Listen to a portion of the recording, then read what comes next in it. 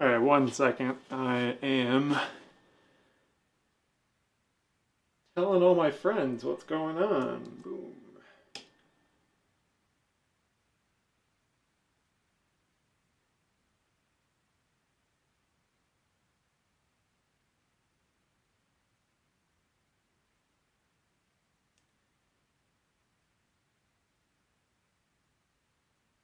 All right.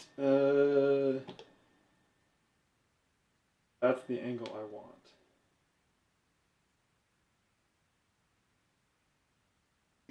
Hello everyone, how's it going? Hopefully you guys can hear me okay. Let me adjust this. Apologies if this sounds bad. Yeah, microphone should be good.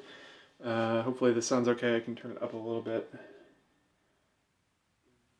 Boom, how about that? And it seems okay. Cool. Cool.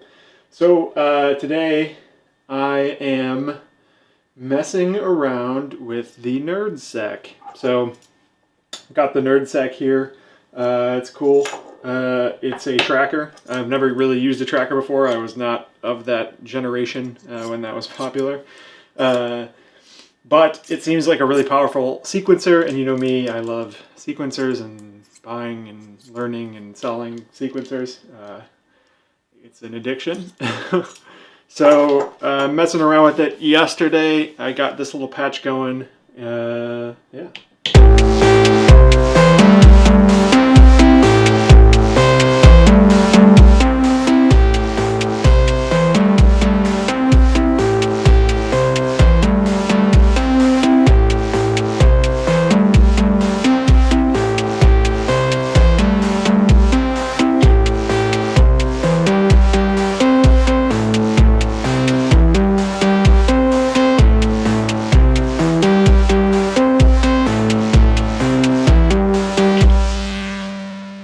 So nothing super exciting, but I got something up and running, which is cool. Always an important step to your sequencers. Let me just show you what I have so far. So first off, the THOC, THOCC factor of these buttons is really great. Ooh, that was neat. I don't know what I did, but it sounded cool. That's not what I wanted. Cool. So up at the top, you basically have the kind of menu buttons. So sequencer, pattern is where you actually edit the kind of step values like you would expect on a more traditional sequencer. Things are oriented horizontal, vertical rather than horizontal. That's a kind of big difference. A lot of people apparently don't necessarily, I don't like that as a strong word, but they don't get it at first. It's a bit different. If we watch, for example, if I do, you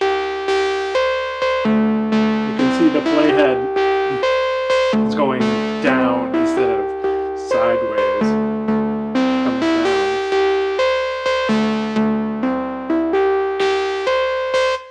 down. And the idea being is basically you add and edit steps here. And these correspond to note and octave. I don't know how well that's coming through on the screen. Hopefully you guys can see that. It's probably a bit small, but unfortunately I can't really get my camera any closer. It's like sitting over my shoulder here. You can kind of see it if I step back. But yeah, so there's some cool stuff here. So I have this pattern. So by default, and you can set this, but patterns are essentially up to 4 bars. So broken down by 16th notes, notionally. You can reuse patterns across any track that shares a type to it. So there's 6 tracks for modular, and then 2 tracks which do actual audio things with them specifically. I haven't messed with too much of that. I don't know if I'll get to that today. I'm just kind of learning it and probing through it myself, but the idea being that these 6 tracks, if you didn't have the expanders, which we'll get to in a minute, if you didn't have the expanders, these 6 tracks correspond, 1, 2, 3, 4, 5, 6 to these 6. Each track has CV, 2 CVs, and a gate output. So you can think of it like pitch, gate, velocity, or pitch, gate modulation, something like that, however you would want. And And then down at the bottom, there's 2 audio outputs. Let me just stop this. That are labeled samples, and those respond to track 7 and 8. And I think with some of the latest firmwares, you can either use them as a sample player, or you can use them as actual oscillators themselves, which is pretty cool. Tracker difference is a big shift at first because you can launch individual patterns or whole rows at a time. Actually fits well with someone who likes Ableton. Yes, and exactly why I like it. So you can do this. So it kind of operates on the notion of what they call islands, right? So you can have, for example, an island is basically a block of patterns that is separated by empty space. And the idea will be it will loop amongst the patterns in that island until you tell it to play another island. So for example, if I start here, you can see it's just going to loop back and forth between this first island that I've created. If I want to play the next island, now you can see that the patterns are jumping back and forth on down here. Now this one, since there's only one pattern, there's not a corresponding one over here. It's not gonna. It's just gonna keep playing that pattern, which is the drums in this case. I want to do it again.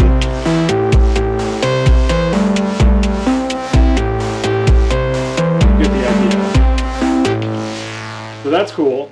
It does quantized timing to start the new patterns, which is awesome. So again, a thing that Ableton does, a thing that the Pyramid does that I like, is I can say, you know, I want the next pattern to start 4 bars, right? Like, I don't, you know, whenever I hit play, I'm not going to get the timing perfect. Start it at the end of the current 4 bars, right? So every time it will play in time, right? So.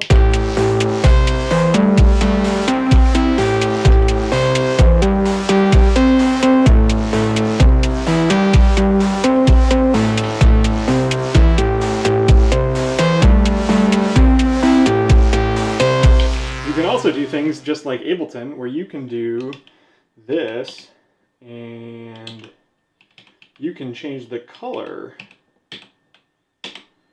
and now this little island here is this color, so you can like denote parts with colors, which is really handy, so you can remember what things do, right? So I can say, and maybe I want my drums here to be a different color, so I'm going to hit mark.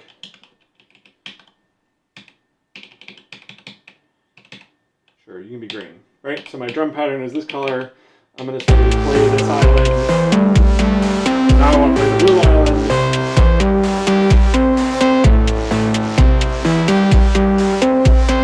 Right, you get the idea. So that is super helpful, especially if you're coming from something like Ableton, to be able to visually understand what part is doing what. You can color code it. And you can also name patterns as well here.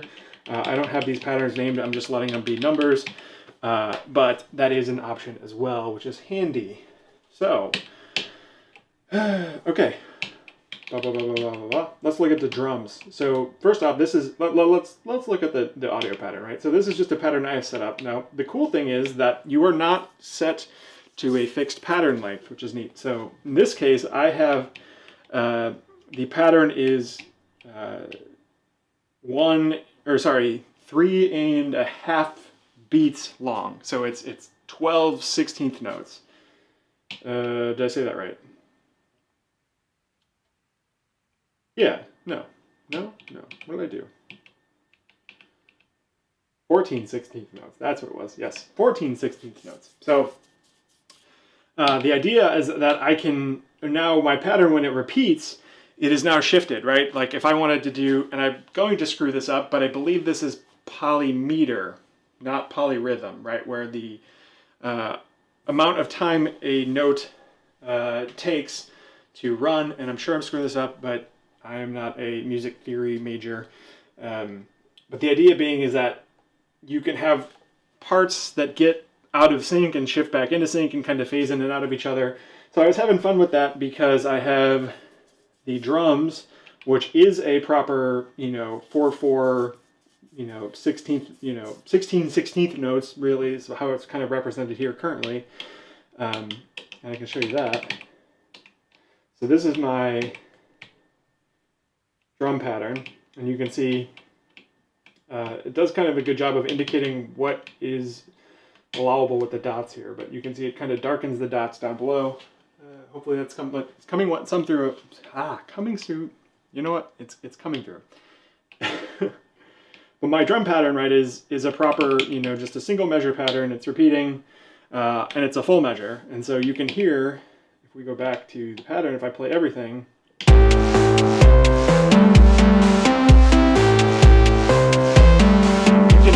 it's going in and out of kind of phase with the drum beat. It's not fixed. Now if I wanted to change that,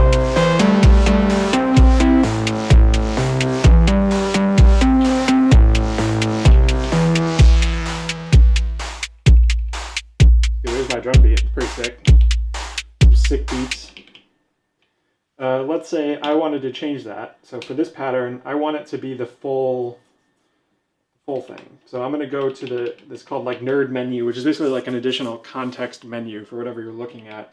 And I can change the pattern length on here, and I can make it, and this is another part where I think people get confused by this, is that it represents everything with hexadecimal. So if you're not familiar with the hexadecimal number system, instead of going 0 through 9, 10 through 19, 20 through 29, etc., it goes 0 through F, then 10 through 1F, 20 through 2F, all the way to FF, which is essentially, I think it's 128? No, right?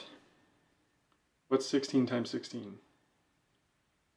256. 256 is the max. Well, I think it's actually technically 255, but is the kind of max value you can represent essentially with what's on here. Now, patterns specifically go up to 4.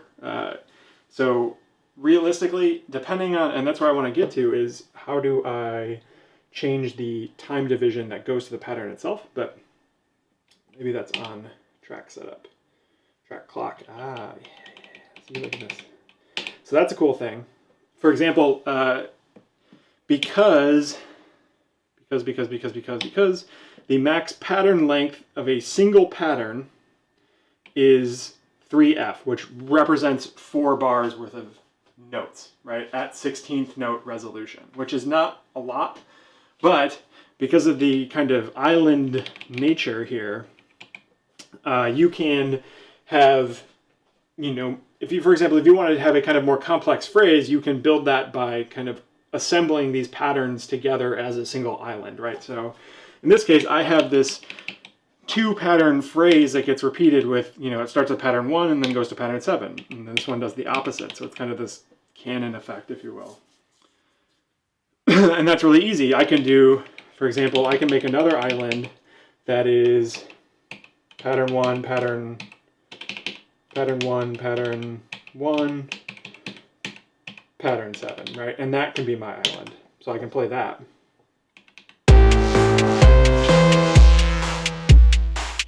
Right, I play this.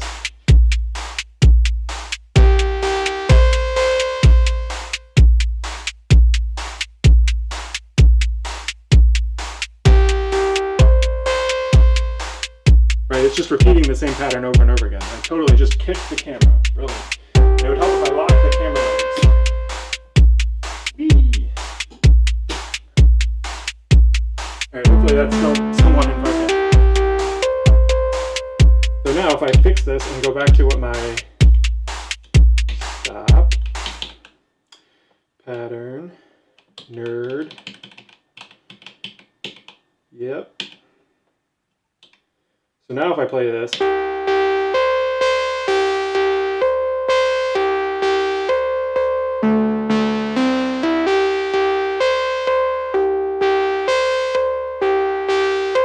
you're really fun with it, and I can say,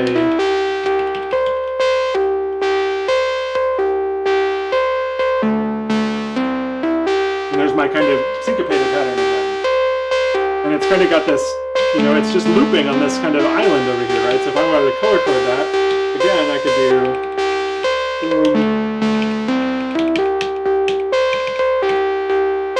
Sure. So there's that little island, and if I want to play this island,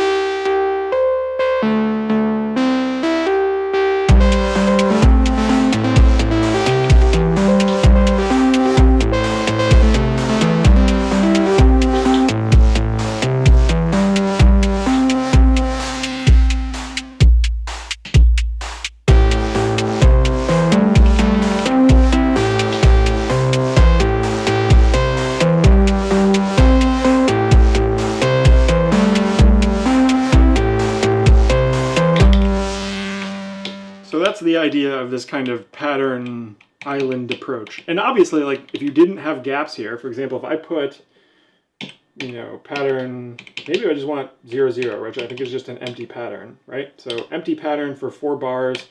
Now, if I play this, it's going to loop this 5 bar or 5 pattern set, right? It's going to spend 4 bars here, then it's go. This is about 1 bar, this is about 1 bar, then it's going to go start at the beginning.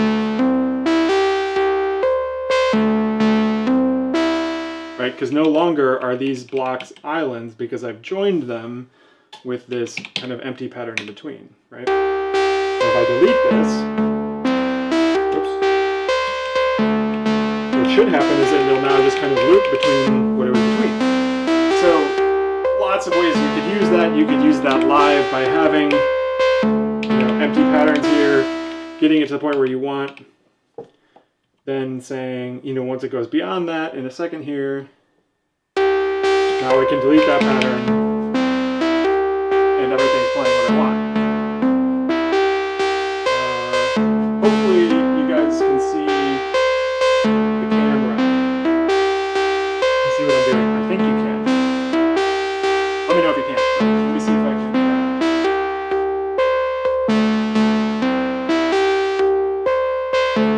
That'll help if I darken it a little bit. Yeah, so pretty straightforward, right? You get this nice Ableton kind of, you know, clip launching, if you will, similar. Yeah, and you get, like I said, you have 6 tracks. If you didn't have the expanders, again, if you had 6 tracks of pitch, gate, CV, and then you have the 2 audio tracks. Now I'm using one of the expanders, so I have my track 6 to be setting up to use the gate expander. So that's where my drum track is, because the drums basically gives me 6 triggers and gates. I think it's just triggers. And you can adjust the global trigger time, which is nice. So if I look at this pattern, scroll back up to the top. So it's got a couple of views here, which is interesting. So it has the, by default, it shows up to 8, which is this way, not horizontal, which is a little interesting. So it shows 8 triggers at a time per track in this view, which I think if you wanted to, you could have, maybe not. Yeah, so I think you can have it, I haven't messed with this too much, so bear with me.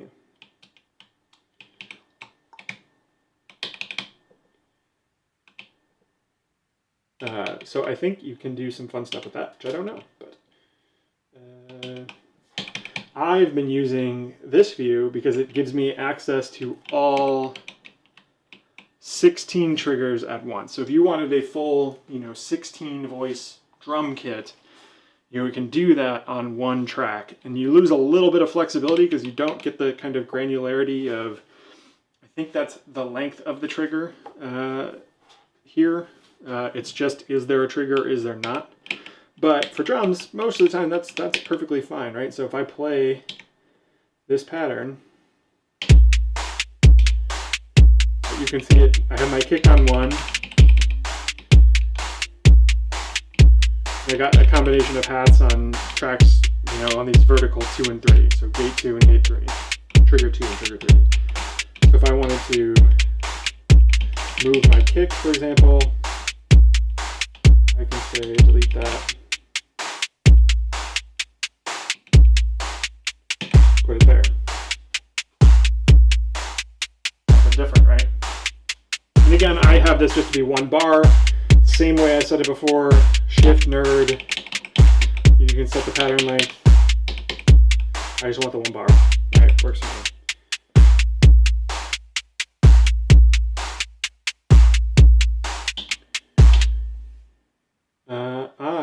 I will be right back. Let me give you some music while I'm gone. Be right back.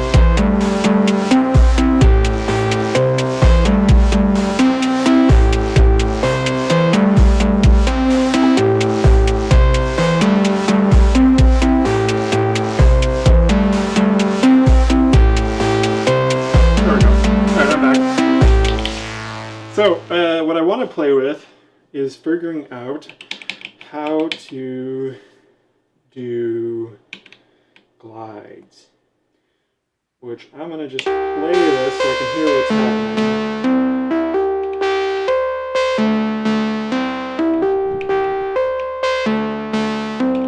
So it has, let me stop this.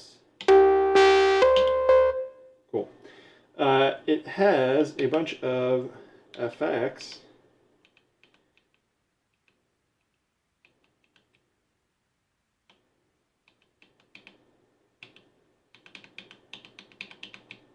Oh, right, because I'm going up by pages. Ah, see, there it is, Glide CV. What happens if I set this like that? And I hit play.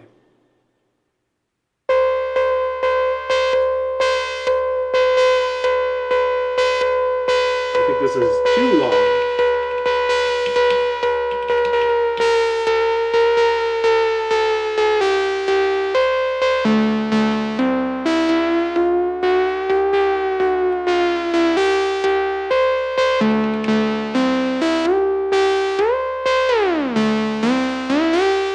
Oh, I see, it's gliding for every note. Ah, okay.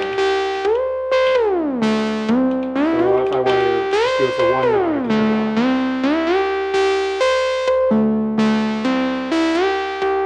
There we go. Okay, okay.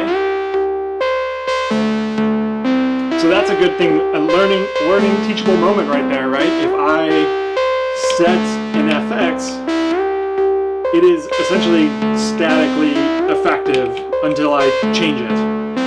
So if I want, maybe I'll make this glide a little bit more.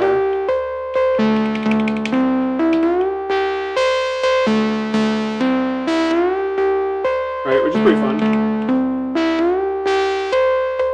Get that kind of nice little slur. I don't know. Maybe I want it for this note as well.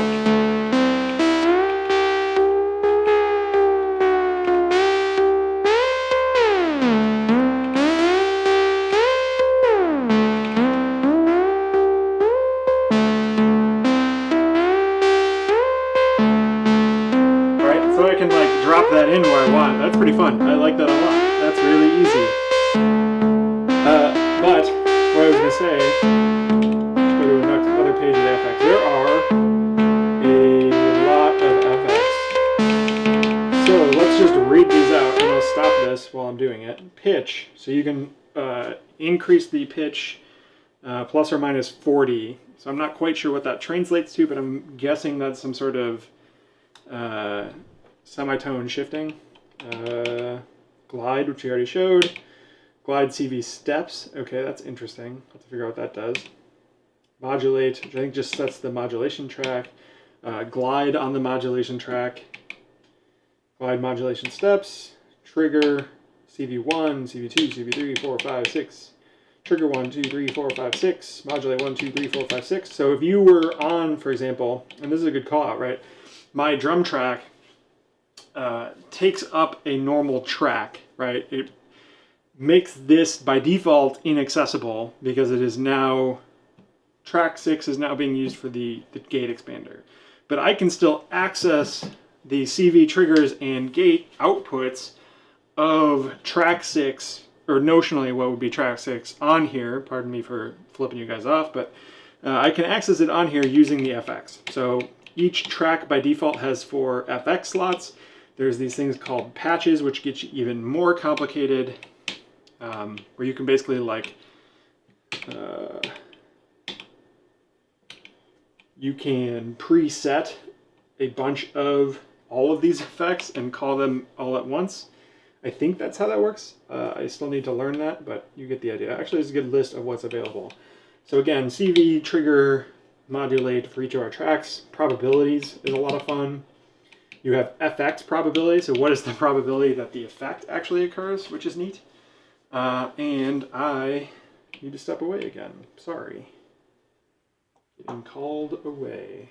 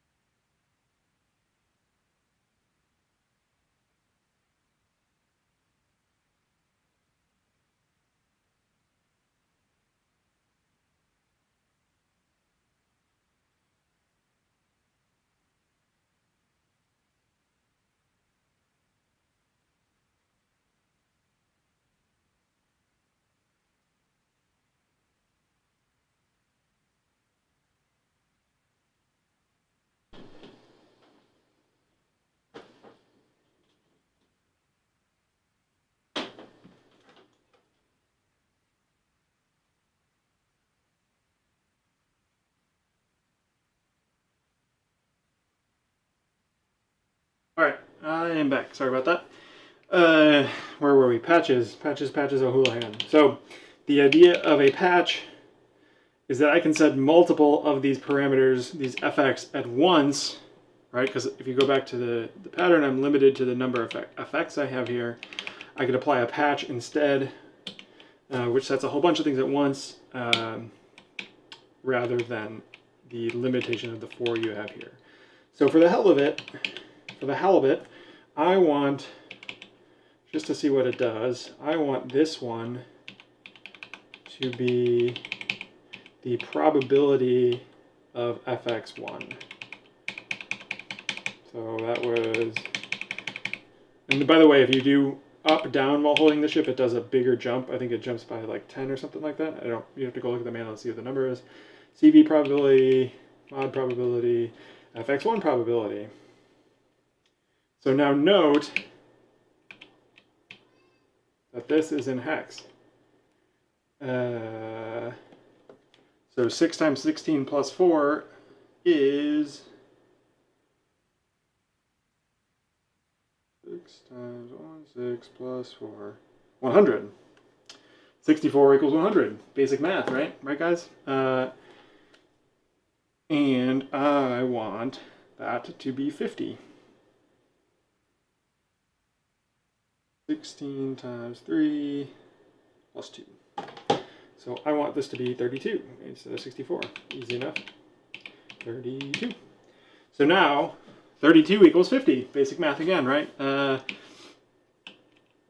So now the probability that that glide happens should be 50%, right? So if we play it,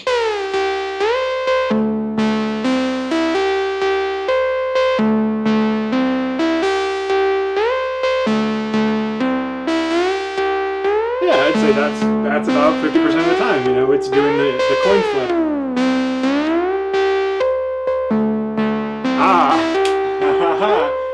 Again, because I am not changing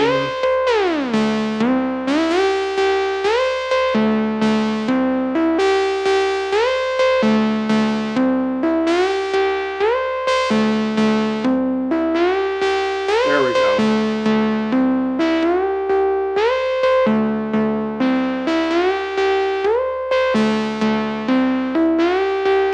So what was happening there, right? If I get rid of this line, oops, this line, it's setting the probability of fx1 period, not just for this line, so not just for this first note.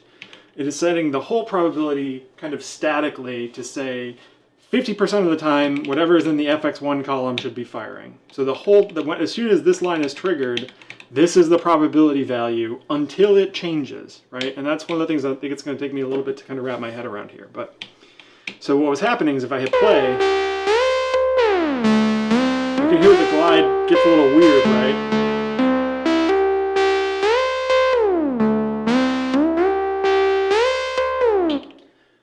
And that's because the probability would go down to 0. You know, it would basically say, okay, this one, when I hit it, is on, but the probability of this one happening is now 50%, right? So it's not firing. So the glide is still on, again, because it keeps whatever the previous value is until it changes, right? But the way to fix that is really easy. I just say, no, on this step, this probability is back to 100%, right? So for this first step, this one I want to happen 50% of the time. Every other step, I want it to be 100% of the time. So this first glide will either be 0 or nothing. And again, that 0 is not just coming from default. That 0 is because when it loops through, the last glide that was set was 0. Fun times, fun things to consider here. So now if I play this, only that first glide should have a probability on it, and we should hear it 50% of the time.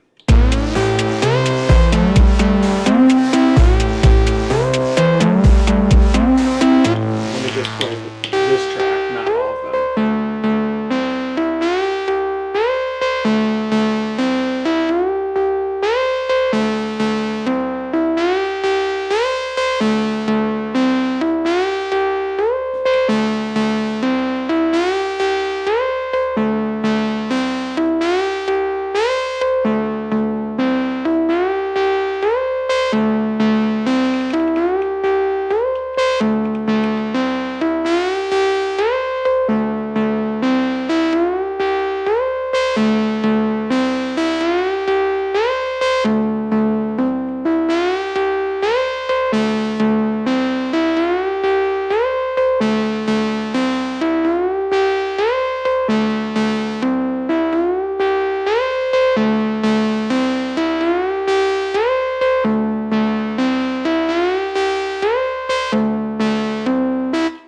See, it's interesting because that does not sound like 50% to me, or even less now, right? We're at like, what is that? 16 plus 2 is 18%.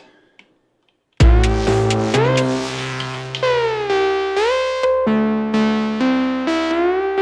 me just go back to our sequencer and let's just play pattern 1 in isolation. Gonna start in now.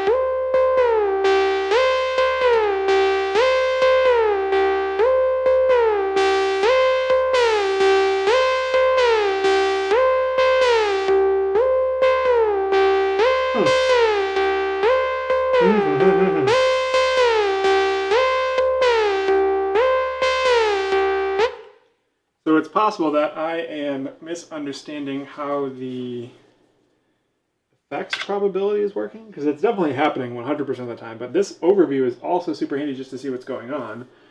It's changing the probability of FX1. My glide CV is changing, but it doesn't seem to be obeying, and you can hear it too, it doesn't seem to be obeying the glide, the FX probability.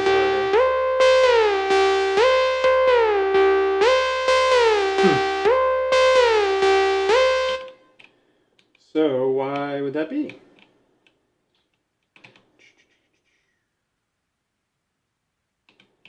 Let me get rid of this one.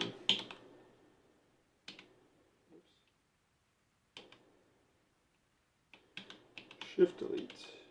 So now the probability should be half the whole time.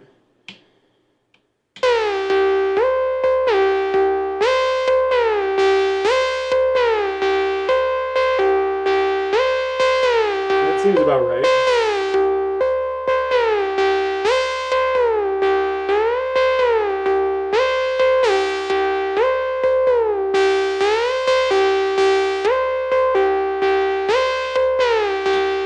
I wonder if it's like a timing thing or something where it executes the FX in order based on what position they are. Maybe that's why. So what if I do? I mean, it seems kind of weird why I would give you access to one that's behind it, but I guess that's if you had a patch or something like that. If I delete this, delete,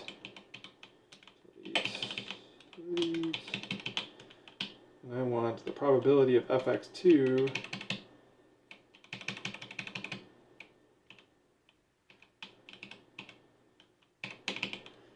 32, and then for everything else, oops,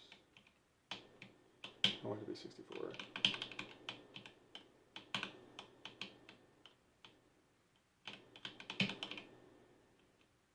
What did I do? There we go. Now on this, I want to delete. And this, I want to be my glide CV.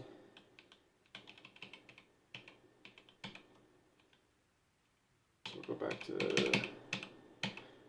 8, 0, plus 4, 0.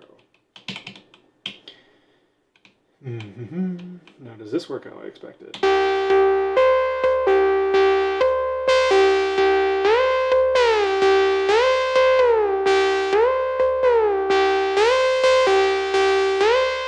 Now this sounds about right. Interesting because the fx1 probability is still not set. Is there a way to just like reset values? That's fun. You can manually set values. I want that to be back to normal. Now, what? Maybe that's why I was getting thrown off. I don't think so, but it's cool that you can manually set these on here. That's nice.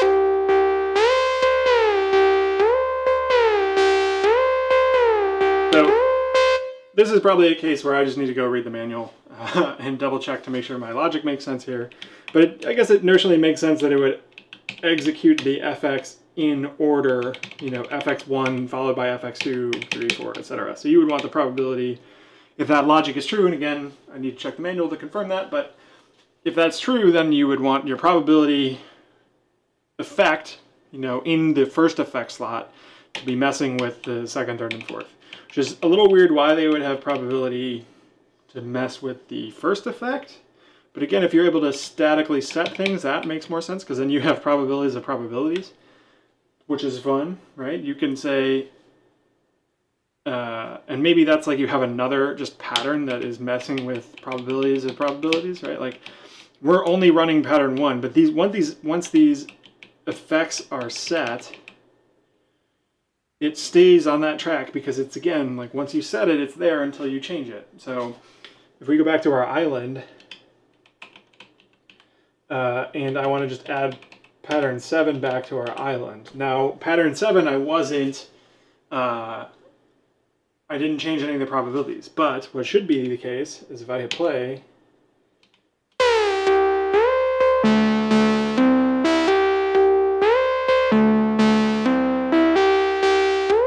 it's going to be a little hard to tell. Let me go back to pattern 1. Let me make the last thing I do on pattern 1, pattern 1. The last thing I do on pattern 1 is I want to set the probability, let's just call it probability of,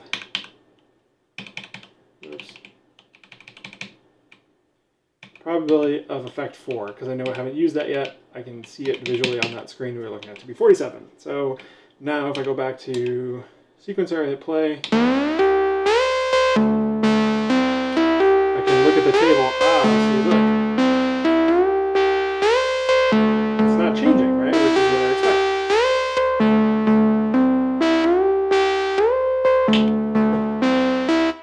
And now, just to prove that this is working as expected, I can turn this all the way back up. And what we should see is come back down to 47 and then stay there.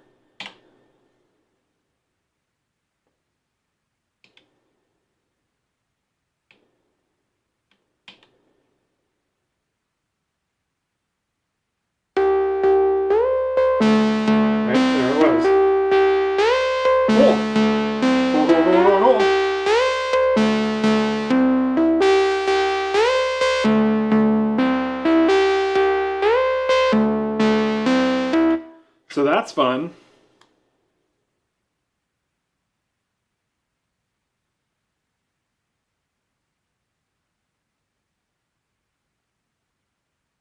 Okay, 1 second.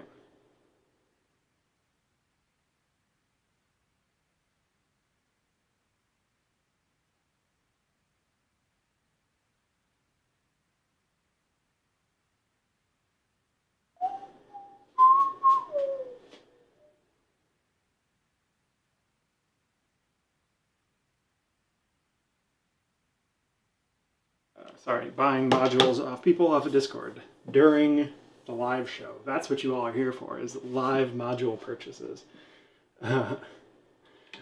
Anyway, so yeah, so this is, first off, you know, I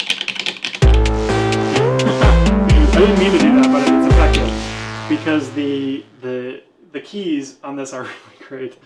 As a fan of mechanical keyboards, these are not cherry switches, you could tell, but they do have a nice tactile click to them, which is great.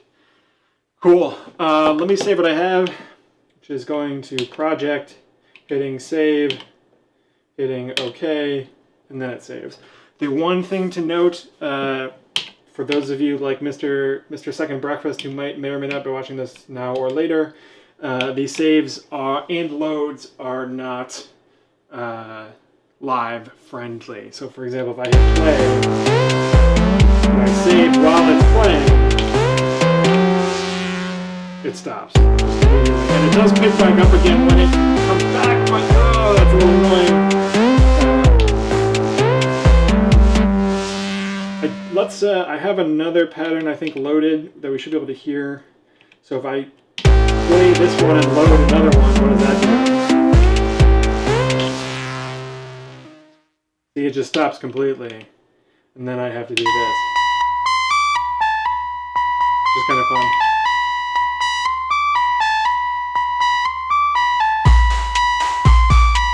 But this is a pretty sick beat though, yo. And my shoulder's totally blocking the camera.